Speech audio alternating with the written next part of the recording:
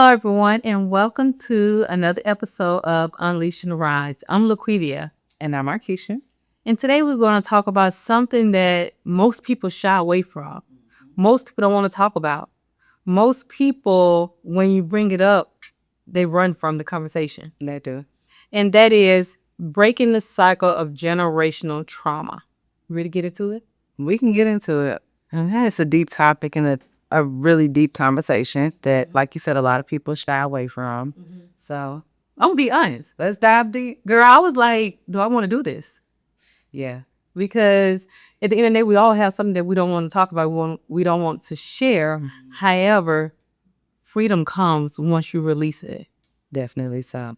It's a heavy topic. It's a heavy topic. It really is a Heavy heavy topic. but it needs to be talked about. So It need to be said. So let's dive in. let's dive in. I always say going through life, right? You feeling empty. You feeling broken, unloved, unworthy. Not because of necessarily you, but because of the cycle that you've become a part of. Right. When I was in 5th grade, my teacher, Miss Griffith, she would always say, somebody had to break the cycle. She'd get up on the board and she would draw these circles, right? She's like, this is your great grandma. This is your grandma. This is your mama. And this is you. That cycle has been passed on each time. Now, will you be the one to break it? This was the 5th grade teacher? 5th grade teacher. She was a very... Me and my brother still talk about that. Okay. And what she was talking about, just a cycle of trauma, right? But I didn't understand what trauma was in the 5th grade. The cycle of just having a system tell you who you are and what you're going to do in life. Right. Will you break that cycle? So today we're finna talk about it. First of all, let's define what is generational trauma. What is it? So it's two things. It could be emotional and it could be psychological. Right? It could probably mean other things, but we're going to hit on those two today. So emotional trauma that gets passed on from generation to generation is the rejection piece. Okay. Right? Being rejected by a parent, not feeling worthy enough for that parent. And just being, I know sometimes people talk that middle child syndrome, that black sheep of the family. Most of the time they're dealing with that rejection from mom, dad, auntie, cousin, sister, brother. They never can live up to be, and you see that expressing as they get older. Yeah, learn the standards. But also it's hard when, I guess it's your mother or your father, right? If they had that cycle and they were never shown how to be accepted and they were the black sheep of the family, you can't do and you can't recreate what you've never seen. That is absolutely true. So that's really hard as well. So you're right. You're absolutely correct. And so as you learn that and you seeing that, hey, mama didn't have it to give to me, daddy didn't have it to give to me, let me now break that cycle. Let me now get help. Right? What does help look like? You know, going through counseling, seeking out life coaches, seeking out. Now, you know, a lot of us do not believe in counseling the life coaches. So that's why I like life coaching. Because life coaching is a little bit different than counseling. What's the difference? It's a big difference. I'm a life coach. So you're going to ask me that? I want to know what the difference is. A lot of people don't know what the difference is. So a life coach, I've actually had people come to me who have been in counseling their whole life, been in therapy from childhood to now, literally 15, 20 years, and haven't seen any change. But they come and sit in my chair for 1 week and every day for a week, but they come sit in my chair and they realize that, wow, you're giving me practical steps. So difference between therapy, they just sit there, in my opinion, because they're out there, in my opinion, Your opinion. in my opinion, they sit there, they just listen. But with life coach, we're giving you practical steps to uproot that thing, to get you free. Like that's our goal, is for you to be free and you to move forward, not to stay stuck and give you excuses for your trauma. Okay. We do a lot of self-reflection, self-awareness. Yeah. Right? And if you're not aware of yourself and how you perceive by others, you'll never change. So when we're talking about that rejection piece, right, and you being rejected by your family, now that you know and you've seen that, hey, grandma treated mama like that, now mama treat me like that. So as this generation, we are more privy to things. We're more privy to things that the past generation wasn't. Like that was the standard. Getting beat, being gaslighted by your family, emotional manipulation. Yeah. Right? That emotional manipulation, when I see it in action, I'm watching kids just break down. Yeah. Our youth breaking down. All right? Because that's what, and now you see a generation of kids who they have a mistrust. Right? They don't want everything. What's your angle? Yeah, that's true. What's your angle? Like, what are you out to get from me? And it's because of those things that once had us bound as children. And like you said, our parents didn't know no better. So they taught us and they treated us from what they was raised with. Yeah. Right. And they come from a generation of like, we just don't talk about it. We don't talk. We're going to get to that. Sweep it under the rug. We don't talk about it. Family, we don't talk about The that. family secrets get swept under the rug. We don't talk about it. It's bad juju. So they didn't have the tools to deal with it, and they didn't talk about it. So I feel like they dealt with it, and it just weighed on them until they broke in silence. Though, and never let anybody see them cry. Wanted to be the strong person when they came out of the room, but inside, like a lot of our family, moms, dads, grandpas, like they were dying inside. Yeah, I believe that the therapy, life coaching, our generation is a lot more open to it. And I'm glad that platforms have come up for us to say, listen, this isn't a horrible idea to consider. Let me go talk to somebody. Let me go get the tools and the practical steps so that I can come out of this and then I could change the dynamic of my family. Right. And, rewrite the history of what it is in that generational curse that we have, acquired. So I agree. Breaking the cycle. It doesn't start with you, but it can end with you. Okay. You don't have to pass it on to your children. Right. Right. And so sidebar, I will say some of us take them to the extreme. Okay, break that down. Break it down. What you mean take it to the extreme? It's passive parenting, gentle parenting. Oh my gosh. Oh yeah, I don't know anything about that. So I don't have any kids, but I've seen gentle parenting. I know how I was raised, and gentle parenting was not a thing. It was not a thing. I ended up under clothes racks all the time. Cut that. No, it made me who I am. It did. Yes. So, because let's just be honest, when you set your children up to think that there are no repercussions out in the world for their actions when there are none in the household. So it's like you can smack your mom in the face and get away with it. Right. But if you go out in the street and you smack somebody, you may or may not see it the next day. So, I mean, valid point. Yeah. Valid point. I agree. I really do agree. I agree 100% with that because you're right. We set a false expectation. Absolutely. And then when things happen in the world, we wondering why, but you give your children a false expectation of what the world's going to be like based off your trauma. Yeah. So you grew up having to clean up and cook and help your siblings. And now you're like, my kids will never clean up. My kids will never cook. My kids don't have to do those type of things. You're on the extreme end of it.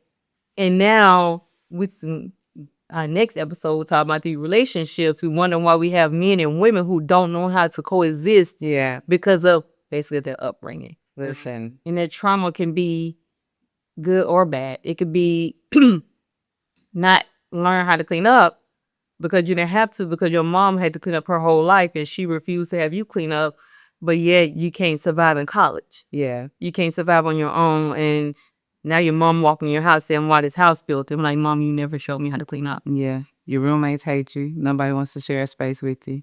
I tell people, ain't kids turn into ain't adults. So I like that. Say that again. There's a little cuss word in there we won't say. But ain't bleep kids turn into ain't bleep adults. It's slay man. Like you just said, Mom never made me clean up. Uh-huh. So if you were raised, I just got the bleep word. That Tried you got the bleep. I got the bleep. Yeah. Okay. If you were raised not to clean, I know someone personally, the name will not be dropped. But they say all the time, well, my parents never made me clean. And I also never got punished for not doing things. They handed everything to me. And so it reflects when we have to do things as a group. Because you don't know how to carry your own weight from time to time. So then you become a burden to others when you don't do that.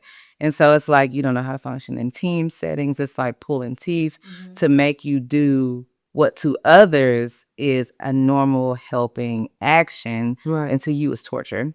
Mm-hmm. You get what I'm saying? I hear what you're saying. So it's just like, you should implement that in your children. Right. It's like you've done everything for them and then you don't put them in sports. They don't know how to function if you're not holding their hand or spoon feeding them through life. And it's going to be difficult for them to survive on their own. Right. Or there'll always be a crutch. Right. And so people don't realize their trauma that cycle continues. So they think they're doing a great thing for their children. Right. But they don't realize that they're reversing a lot of different things that now your kids won't function without you. And that's one of the things my mom would say, I want you guys to be able to walk this earth and live a full life if God called me home right now. Yes. And so that she did raise us in that mindset. And I actually raised my kids that same way because I want them to be able to function without us. And then me, at times, I had to say no. Then me, at times, I had to get over generational trauma of things I saw from this domestic violence. You know, like watching that, I don't want that for my kids. So that didn't mean when I saw red flags in relationships, oh no, like I know what that's going to end like. I can't sit here and say your potential is nothing. When I watch people stay in relationship based off potential, some here today and some not. That's tough. You know, but then when your kids see it, if you're not training and teaching them, we're creatures of habit. Right. We don't do what people say, we do what we see them do. So if what you're doing every day, your kids are watching. Yeah. And they go and do that same exact thing. And you wonder, what did I do wrong?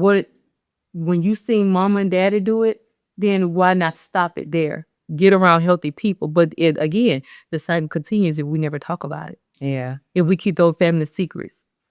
So what's something that as you grew up, you saw, and when you became a mother, you were like, this is where it stops. Like, I saw this in my household. This was something that continued on, and I refuse to bring it in the household that I create as a mother. So I always been a white kid. Remember I told you guys before, they call me Barbara Walters growing up, right? So I always been a kid of why. I need to have understanding. Yes. So versus me, when I was growing up, you know, my parents always say, you don't need to know why. Do what I say, not what I do. You do what I tell you to do. And, you know, yes, okay, you the parents, I'm going to do what you said. But what I started doing was explaining to my kids why. And I've learned the value of why. When a person understands what they're doing, they will follow you to the end of the world. So I began to explain to them, hey, this is why I'm asking you to do this. Now, you still going to do it because I'm your mom. Right. But I gave them the opportunity to have ask question dialogue versus you just been taught we talk together. Does that make sense? Yeah. So I'm still like you said earlier, we are better because of the discipline we had. Right. So I'm still giving them that discipline.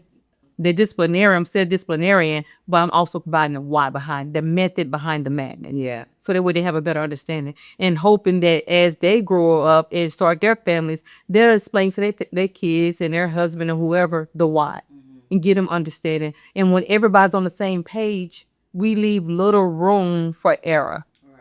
You know, little room for misunderstanding, misguidance. Does that make sense? Yeah.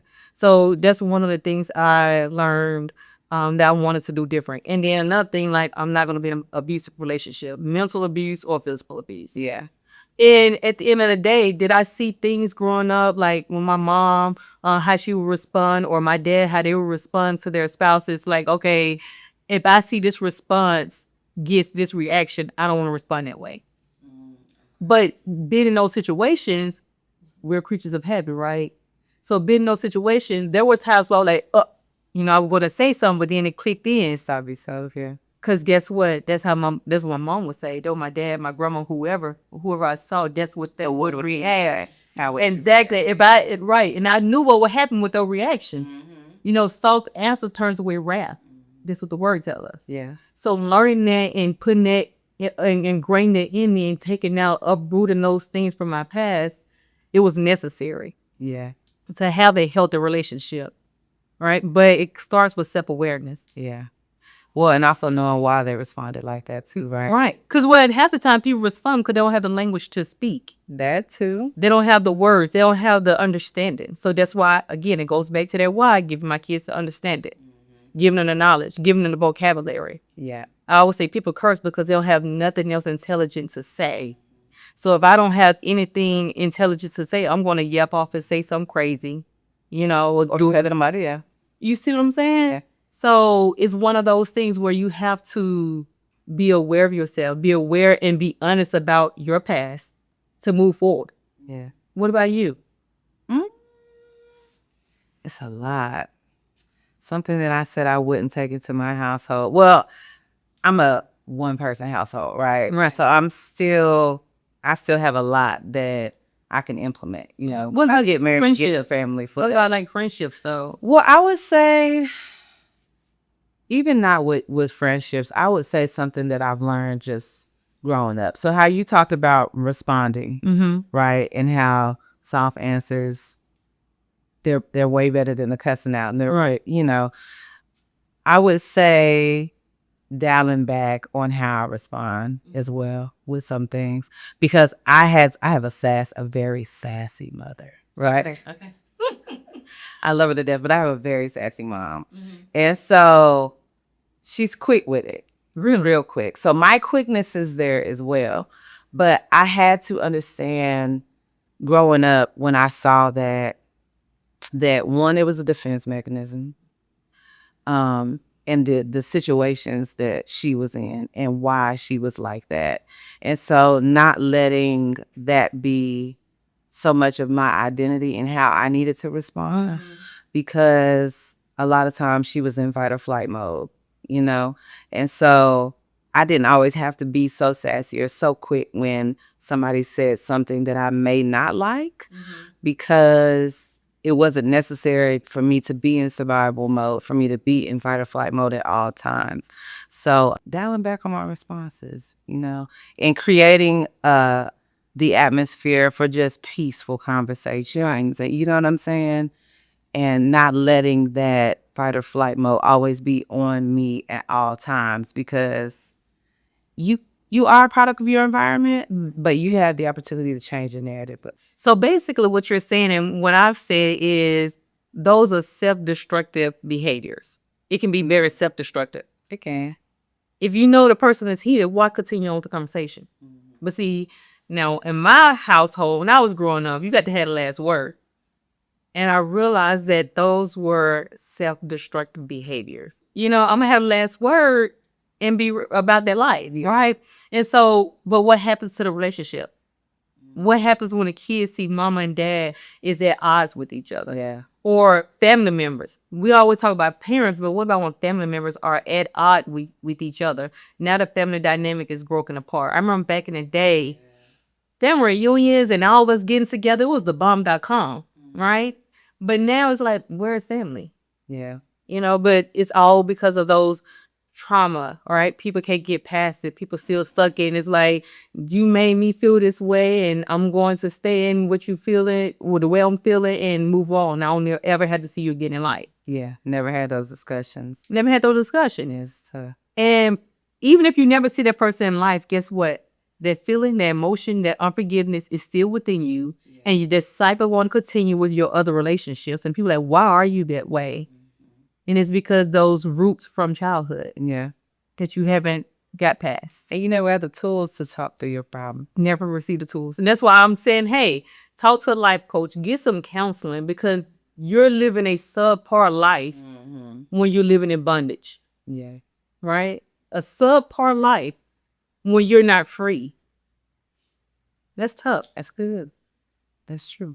Very true. So how old were you when you experienced your first moment and you were like, listen, I need to try counseling? I know you're a life coach and everything like that, but you didn't start off in life coach mode. Right. Like, what was the age or what was the events that was like, okay, I need to talk to somebody about this? So, and which brings us to our next thing, which is family silence and family secrets, right? And one of the topics I really want to hit on with this is getting over a family secret or family silence. Because what happened was I was in prayer, and I was like, I never forget it either. Never in my life will I forget this moment. Because it was Labor Day weekend and I was off work. And I was like questioning God. I was like, Lord, I'm beautiful. Yeah. I'm fine as wine, every mankind, every married man fantasy, and every single man dream. Why? I like that. You know, that's what I was saying. Confidence while talking to the Lord. I love confidence. And I'm like, Jesus, I know this. Yeah. You know, I got my own house. I got my own car. I got money in my account. Like, I'm a prize. I am the prize. Yeah. But why am I single? Yeah. Which I'm not trying to get into a single episode, but I was in that state. Yeah. And so I was going from my daughter's room. They had their own room. I was going from room to room. I was praying and all this other stuff. I fell into a sleep. Mm. And in that sleep, God brought back some things that happened to me as a kid. Oh, wow. And so I was like, what's the word? Because you can't say certain words on these. SA, yeah, Yeah. SA as a kid. And so that uprooted and it came out, oh my gosh. I cried a little bit, I prayed a little bit. I got on the phone and called some family members, talked to some family members about what happened, prayed some more, forgiveness. The person is no longer alive, forgave the person, forgave just the whole situation, and forgave the whole situation. And so I'm not who I was, but what was revealed was I don't trust men. And I didn't trust men around my kids. Yeah. And I didn't realize that I didn't trust people around my kids. And I mean, just a lot of thoughts just started going through my mind. Like, oh, I was in this situation. Now, like, why are you looking at my daughter? Why are you doing this? Yeah. Like, it was, I didn't realize how bad it was until that was revealed to me. Because sometimes things are buried so deep in our mind, our subconscious, that you forget it's theirs. There, yeah. And so that thing was buried so deep that I forgot about it. Yeah. You know, and I'm here now so I can talk about it. It's not who I am, it's what I went through. Right. I'm not emotional. I'm not like, I went through it, you know, and I survived and I overcame it, and it's not who I am. But what I did do was I talked to my daughter. Remember I said I talked to them about the why. Yeah. So I talked to them about it that same day. I'm like, this is what happened to me.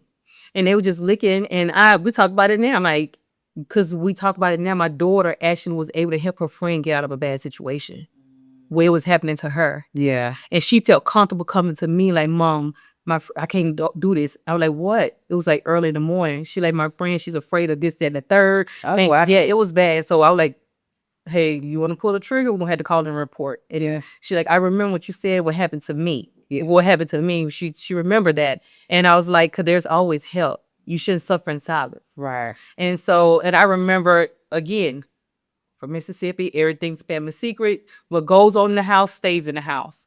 And that's how we was brought up, which it causes people to be in fear. It causes people to be in bondage because who do I talk to when what happens in this house stays in this house? Right. You don't feel safe in your own living space. You don't. Yeah. Because now if that's a family secret, no. And I talked to my girls and I was like, if somebody say, don't say nothing, I'm going to kill your mom, and say, kill her because she crazy anyway. Yeah.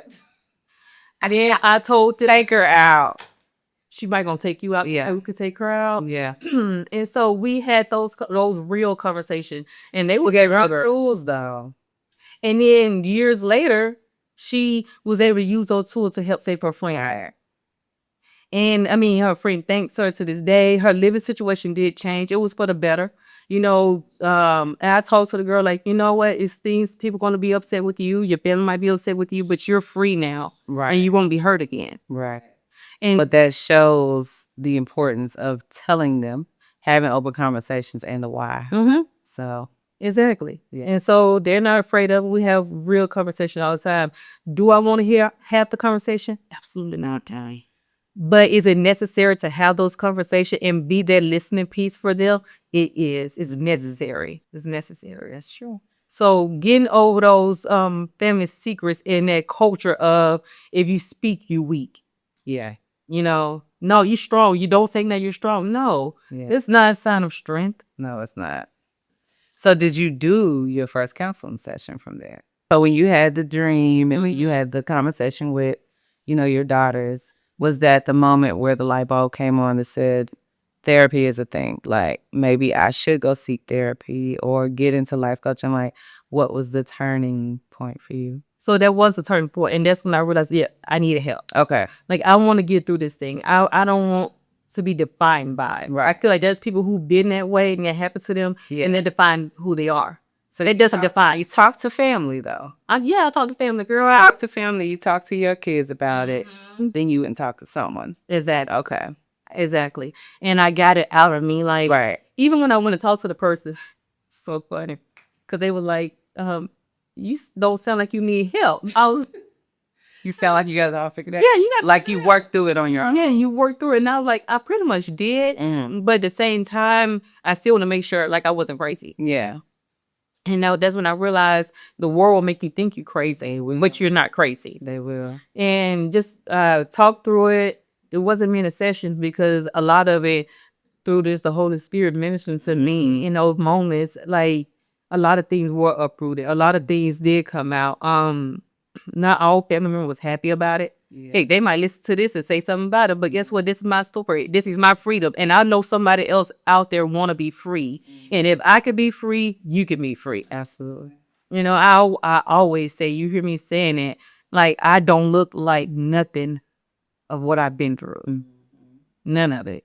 Yeah, so to God be the glory. But yeah, so getting out of those hidden family secrets. We watch all these movies about it for entertainment. But it's a real thing. We don't take the knowledge from it. Extract the knowledge. Yeah. Extract the knowledge. Don't just get entertainment.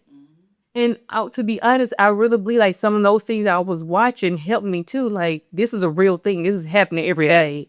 And you've experienced it. yeah, and I'm free and I'm happy. And it's don't define me. I'm not breaking down in tears and crying and what was me. So how many sessions did you have? I only had like 2. Because I was about to say, I feel like after a couple sessions, you probably tried to turn around and I did. minister to. I like, so tell me what's going on in your life. Now, how can I help you? This is why you became a life coach. Came on life. Yes, because you had it in you. Yeah, I had it.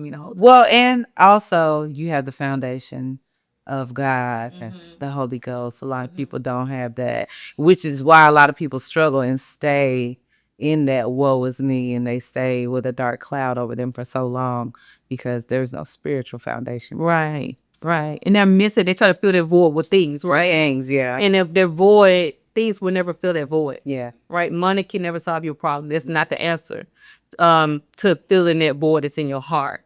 And that's one of the things I realized too was how I had someone when I was going through the session, like, how I survived all this and not became just like promiscuous like most people. Just some of the things that happen when you see people who've been SA. Yeah. And she didn't have a knowledge of it because I didn't go to like a Christian counselor. Yeah. But then it just hit me like it was nobody but my foundation, my love for Christ that kept me through all of it.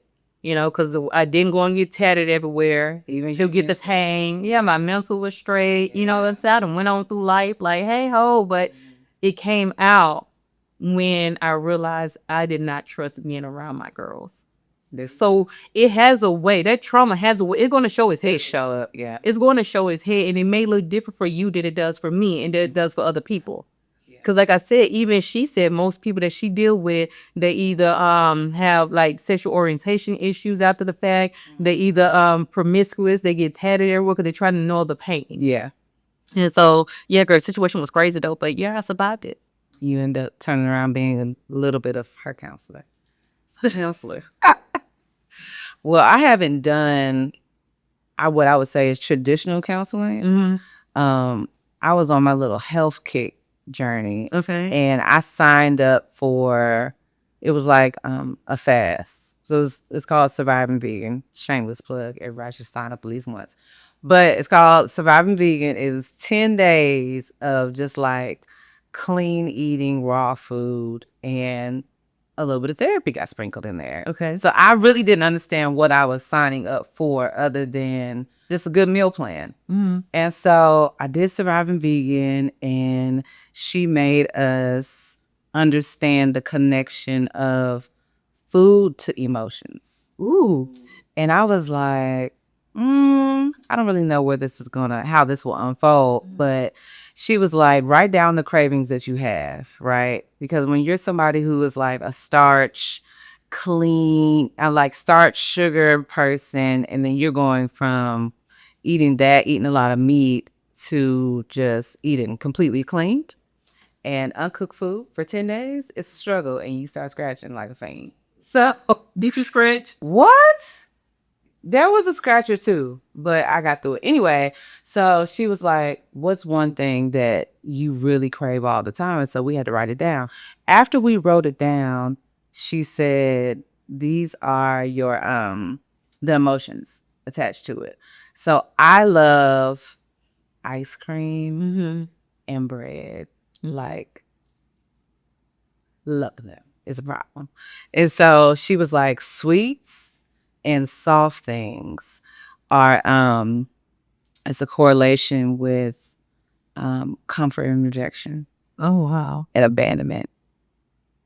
And I was like, And interesting. I was like, I don't have abandonment issues. And so she makes you really dig deep. And she goes, think about the last time you felt alone or you felt abandoned. And their comfort, like it's a comfort. And the way that she just broke it down, she was like, so if you feed these things, this is the emotion that you're going through. And she said, if you're someone who likes really salty, crunchy food, you grab for those when you're redirecting anger. And I was like, dang. And my mama loved chips. So I was like, So she's like, you always want the salty, crunchy foods. You have to figure out, is this the emotion that I'm dealing with at that time? If you're reaching for sweets, if you're reaching for ice creams, if you're reaching for those soft things, you have to figure out, am I feeling overwhelmed? Am I feeling abandonment at this very moment? And so instead of us reaching for the foods, we had to come up with, oh my God, what's it called?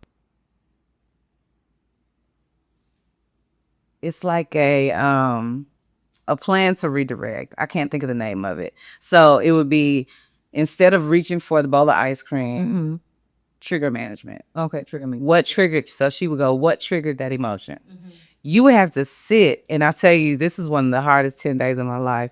You have to sit with that emotion, figure out what triggered it, and come up with a trigger management plan.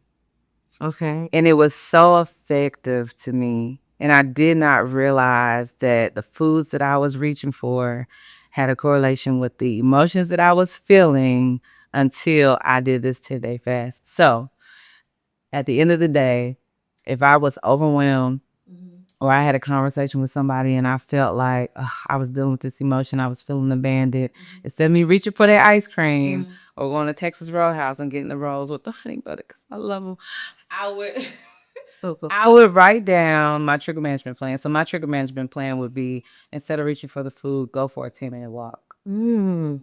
Sit with the emotion, see how it made me feel, and then just get it off of me. So you say you were feeling like rejection. Did you ever find out, was it like from childhood, adult? Like it was definitely from childhood. So she made us write a burn letter as well. You know, Okay. it was a good 10 days. The 10 days were deep. Okay. But you really dealt with your emotions. So she wanted us to talk about the first time we felt rejection or the first time we felt abandoned.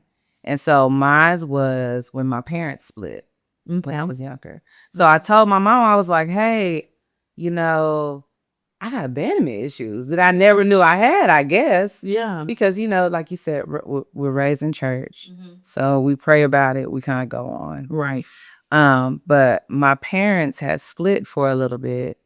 And to me, that was my first time that I could remember feeling like, okay, you're left alone in this moment. But I've been loving ice cream forever. So I don't know if it had anything to do with that little break because I'm a sucker for a little cookies and cream. But Me too. It's my favorite. It's a good time. That's a good time. I could take We should years on the Ashbury, and that it's not with us feeling abandoned. I just love it. So yeah, I had to think about that. And my mom was like, I never left you.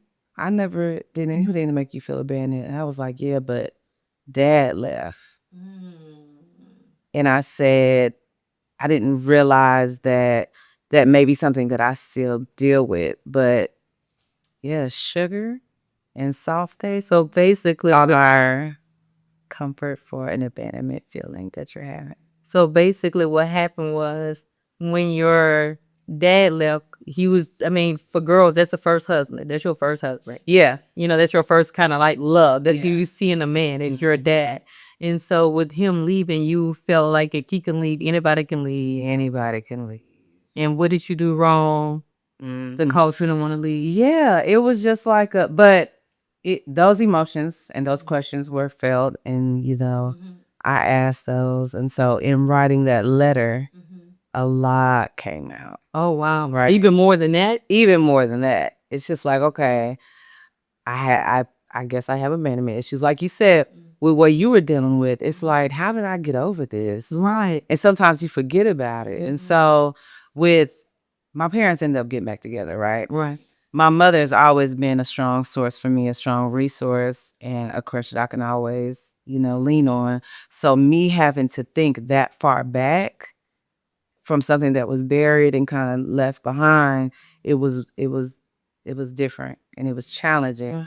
But when you do those burn letters and you have to write it as the child in that moment. Oh, wow. So would you recommend people to do burn letters? Write a letter, burn it, set it on fire. But once you wrote the letter, did you hold on to it or did you move past it? Like, what did you do? And let it go. Let it go. Yeah. So even if the question never get answered, you still let it go? You have to let it go because we have a long life to live. You know what I'm saying? If you can't heal and move past certain traumas, like you won't be able to grow. Right. You'll always stay in a dark space. And it'll affect the relationships that like the new relationships that are trying to come in. It make life better for you. So yeah, you do have to let it go. But the burn letters, some people feel like it's cliche. Right. But sometimes you just need to actually do a thing and have an act as a representation of I'm letting this go. Like some tangible. Yeah, because you can say I'm letting it go all day, every day. But something about, that person did this to me, this person did this to me, and I let it go and I release it. And it's setting that thing on fire, it feels great. So basically what you're saying is acknowledging your past, right? You can't heal for what you can't reveal. Absolutely.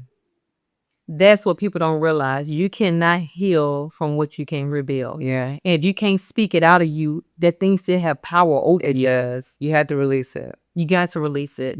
And so you was able to release it. Able to release it. And then in me doing that 10-day health journey therapy, I got a lot of tools that I was able to give to friends. Okay. You know what I'm saying? So I had a friend who she's dealt with just horrible relationships when it comes to communicating with her mom, not feeling like she was enough. Her mom pressured her to be the best person in the whole entire universe in her mind. And she always just felt like she wasn't enough. Her mom didn't know how to speak to her. Her father didn't know how to speak to her. And so we talked, we prayed, and I was like, listen, friend, do a burn letter. Right. Just do a burn letter. When I tell you, writing out all of her emotions almost broke her because she's never done that before. Saying it out loud and saying it with having somebody there to support her almost broke her. We went in my backyard and I was just like the paper on fire. And she almost couldn't do it. Wow. So that's the power of doing something and having something tangible. You know what I'm saying? Yeah. It may seem cliche and it may seem like a small thing, but you taking your power back in that moment is huge. And I like that. And one of the biggest things I tell people, just because we're Christian, like, yeah, faith without works is dead. Absolutely. So you got to do something. You got to do something. So praying alone, yes, we want to pray, but believing in God and we trust in Him. I'm not diminishing faith, right? As you know, I'm Jesus' little cousin. Yeah. So with that being said, we have to do something. When he was healing people, girl, he was spinning and putting out eyes and all this stuff. He was doing an act with all of it. People thought the spirit was foolish. They thought, but he still did something. But he still did something. Right? When he told the person get up and walk, he helped. They had to have an action. Yeah. With their faith. That's true. So I started to say the action comes along with the faith. Do the burn letter. So do the burn letter. Yeah, do the burn letter. And I think for me, my action was calling family members. They were listening. Whether they received it or not, y'all can say it didn't happen. It happened. And that's on y'all now. It's off me. And now me and my kids, hey, we can go into where we have our little codes. We have our this, then the third. But the trust is there. Now I'm no longer walking in fear. Right. But I'm walking in freedom. And you breaking the cycle. And the cycle's broken. Because guess what? They're going to come talk to me. First of all, if it looks funny, smell funny, it's funny, and we ain't playing a game. We're not. Then on top of that too is they know we don't do secrets. Yeah. So somebody tell you let's do this in secret. My youngest one, when she was younger, if you said let me tell you a secret, oh, it'd be so funny. My mom said we don't do secrets. There's no good in hiding things. So she would So they did not tell her nothing. not because won't do secrets. She Cause wasn't- she well, they wasn't because you know not exactly because you know growing up it was so many secrets. So you're the family secrets, and it's like those things come with bondage. Yeah. So much bondage. So yeah, so we don't do secrets. And I tell them even to this day, what goes on in dark comes to light. And darkness is we don't live in darkness. We live in the light and we walking in the light. Absolutely. Well, you set them up for success. Ain't nobody ever gonna tell them a secret. No secrets. She come tell me all the tea. Once we get done shooting the podcast, I got to go home and get some tea. Again, Cause she gonna tell me going. from what happened throughout the day. Oh yes, I get out. Feeling it. Okay. I know I'm key secret. That's a good, healthy relationship, though. Yeah. Yeah, she may be a little bit of an oversharer, but that's okay. That's okay. I want her to overshare. But you know what? That's another thing I didn't get. Yeah. You know, because mom was always too busy. Like my daddy would listen, but at the same time, he was busy. They was always on a grind. So I always wanted to be available for my kids to come and talk to me. That's another thing. Like there's a level of trauma in there because if you feel like you can't open up and share with even your parents in your household, how can you open up and share in a relationship? Because you've been shut down so much. Yeah. That idea trickles over. It trickles over. Because remember, we're creatures of habit. We do what we see, and we don't want to feel rejected. Nobody wants to feel that rejection. So we would do anything we can to safeguard ourselves from feeling rejected. Yeah. And I didn't want my kids to go through that. Of course, they probably have their own little things. They probably said was trauma. Yeah, of course. You know, they got evicted out of their bedroom before, and yeah, we do evictions. Out the bedroom? Yeah. So I started on papers because the room was clean. This one done. So you got evicted. Wow. Yeah, she forgave me for it because she told me that hurt her feeling where she got evicted. But she kept the room clean afterwards. I don't have no problems. It's the one time. Oh, she was evicted for 3 months. Dang. Yeah. Where'd she live? In the living room.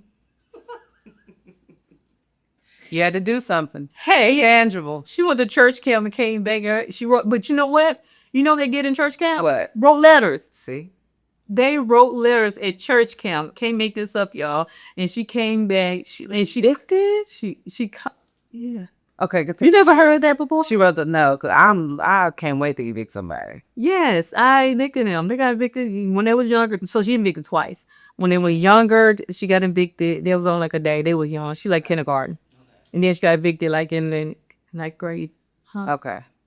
Kindergarten is a pretty early eviction. Well, I had to set the tone. But But then she got a little older. The room was spotless. Then they get to high school and start smelling themselves. And I had to remind her how she's in. Another And the games that won't be played. slapped her with another one. Slapped it with another eviction. Wow. And you will get the whole hand paper. Here you go. That's a realtor coming in. I was about to say, the fact that you're a realtor probably plays a huge part in your qualifications to evict people. Yes. Okay. Yeah. And so you had to sign in. This is the criteria for you to get back in your room. And so she met those criteria. And about 3 months later, I showed grace and mercy. And she went back to her room. I love that. And so with that being said, I don't know where we are right now. I love that. Which part? With the eviction? Yeah, with the eviction. Yeah. Yeah, I do all that. Okay. I did some. But you showed her. I can. My mom used to say, I can show you way better than I can ever tell you. Yeah. And it stuck with me. Yeah. I don't know if that's a trauma thing or It's a trauma thing. It's a trauma thing. It's definitely a trauma thing. And so I still use it by that mile. And I'm gonna show you better than I can tell you. Okay. Cause words are cheap. She gonna look at that in the lab. Talk is cheap. And I would have the last laugh. Okay. Well, as the mom and, the woman who pays all bills in the house, you should. Right. So I think you definitely broke a generational cycle for her. Mm-hmm. Her kids ain't gonna have no dirty rooms. Mm-mm. And they gonna have to clean up. They're gonna have to clean up. Yeah, because she done had friends that don't clean up. Both of my daughters talk about this. So they were like, Mom, my kids thank me way often than most people realize. But I feel like that's a thing that the children, they understand when they get a little older. Yeah. And then they sit back and look at how trifling their friends are. Trifle. Yeah. She like, And they're like, you know what, you really weren't that bad. yeah, like you really ain't that bad. Yeah. And a clean room is not a horrible thing. No. So thank you for us. Being a clean person isn't a horrible thing. Mom, I really appreciate you. Let me say, Mom, I thank you. They hate you in the moment, In a but moment. they appreciate it later. She went to school one day. Mom, I don't think the kids' parents taught them anything. I said, what are you talking about? And she'll tell me the situation. I'm like, well, yeah, you know how cheerleader can be. Yeah. You just talk with them. She hilarious. Yeah. So yeah. Should be. And it's me trying to get over that generational trauma, not passing things on and having talking to them like they're a person. Yes. And not like they just my kids and they're beneath me. Yeah. They are my kids, but I don't want them to feel like they so far beneath me that I can't be on their level. Yeah. And that's one of the things as for a parenting standpoint, we have to do better. And not just looking at our kids like you so far beneath me and I'm your mom. Yeah. And when I say go and you have no input. And you get no why. And you get no why. Yeah. Like there are some things, no, I'm not going to ask you about this is what we're going to do. Yeah. But we still going to have some type of conversation about it so that way you can understand the why. Right? So just the pathways to healing, we talked about there. Yeah. I talked about faith. We talked about self-awareness and intentional boundaries. Yeah. Setting those intentional boundaries. So while, I got over my trauma for being insane as a kid and all this stuff. And now, my trust is back there thanks to the Holy Spirit and just being healed from within. I still set healthy boundaries. You have to. Right? Like I And teaching the girls how to set healthy boundaries. Exactly. So me set healthy boundaries in them. And someone brought it to my attention here recently, like, oh, you asked for a hug. One that told my kids is a person should just come in automatically assume they can hug you or be in your personal space. Mm-hmm. So one of the things I taught them and what we do is we ask a person, can I have a hug? Yeah. Even little kids. I don't just say, go and get them a hug. I don't never tell my kids run over and give Bob or Sue a hug. They have to ask because it's your space. Right. So I'm not giving, no, you don't have permission over here. So, I'm very safe boundaries. So you had to be intentional with your boundaries. Just use it as an example, And so even in relationships, safe words. Yeah. So if I feel like I'm getting heated, you know what? Hey, pineapples. Then me and time to go. Me and my husband, we actually use, hey, then we ended it now because it's getting unhealthy. Pineapples. Okay. Listen, at the end of the day, the safe words, I love it. It's a great play. And we may not have had the emotional tools that we needed, but we can learn them and hand them down to the next generation. So if pineapples is a good tool, that you've implemented in your life in this season, it's good. Hey, you guys use apple, oranges. You can use any one type of fruit. But it don't have to be a fruit. We just said pineapple. It'd be a vegetable and it was something that we was like pineapple. But it's a tool. So if I say pineapples, he cut it. If you say pineapple, I cut it. Yeah. And we'll come back to it. Say the lick, come back. Yes. Okay. And it's something, every once in a while, pineapple may not work. You just run for your sanity. Let's just be real. We raw, unleash, rise. So let's be real. So if pineapples don't work, you run for your sanity? Yeah. Just, I got to go. Okay. But 99.9999% of the time, pineapple works. But y'all get that one time. Okay. When your mama come out and she wants to have the last word. You had a self-awareness moment and then you said, let me just go because I don't need for red to show up. You don't want red to show up. Mm-mm. Okay, so safe words are a tool. And then learn coping skills. Coping skills are a tool. Yeah. And coping skills are a little different for each person. Yeah. Like, how do you cope? Kind of what you said earlier with your triggers. Yeah. Oh. Right? Trigger management plan. Live by it. Yes. It's a good time. And it works. It does work. It works. But you have to write it out. And you have to acknowledge it. Yeah. So vision boards. Yeah, vision board. Vision boards are a good tool. Long as you actually do it, not just doing it for a girlfriend, wine and sip. A lot of people do it. They do it for that. But breaking generational curses and dealing with trauma, a vision board to help you walk through that. People never had those parties. Now you're right about it. So that's a good party to consider. That's a good party. Maybe we should do an online trauma release. Yeah.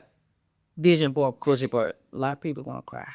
We're gonna cry. Yeah. We're gonna be here. But it's like these are the emotions that I feel and I want to work through. And I want to be free. Yeah. By this date, by this time. Or I want to get into therapy. I want to address my abuser. You know what I'm saying? Yeah, exactly. Like, that's a good vision board to put together. And even if you can't address your abuser face to face, you can write it out. And then burn the left. Yeah. and be free. And I tell people, stop finding comfort in your pain. Let's find comfort in freedom. Yeah. Right? When you're not, because a lot of times we think we depressed, we really oppressed by situations, circumstances, and experiences that happen throughout our life. For sure. How do we overcome that? Let's overcome it. We're giving you skills. We're giving you coping skills and creating a safe place. Yeah. Let's create a safe space. And that safe space is where you can go and be free. Yeah. You can just let it all out, cry. And I'm not talking about one of them cry movies like that. I'm talking about the snot going everywhere. Good time. Tears, your mascara gone, your lashes, hanging on by a string, your wig is tilted. Those one of those cries out. The wig is a good cry. That's a good cry. That's a release. You had to snatch it off. Go said so. Yeah. That's a release. That's a freedom cry. Yeah. Right? And sometimes we need those freedom cries. It feels good, refreshing every once in a while. Not to wallow in your pain, but to let it out, let it go. And give the Lord all the praise and glory over to Jesus. And rise up. Yeah. Yeah. So I like that. So for those out there who's listening, I really want to say to you, you're not crazy. You're not alone. You have the power to heal. If you want that healing, remember, we're not going to find comfort in our pain. We're going to find comfort in our freedom. Healing is hard, but the cost of not being healed is even greater. It's more. It's expensive. It's expensive. And it weighs on you. Yes. Yeah. Being lonely, because you will be lonely if you don't heal, because who's going to be in a relationship? Yeah. It's hard to maintain, right? It's hard to even parent at times, even be what you need to your children, even in your work environment, is hard. Because you're broken and you're to yourself. So you're broken.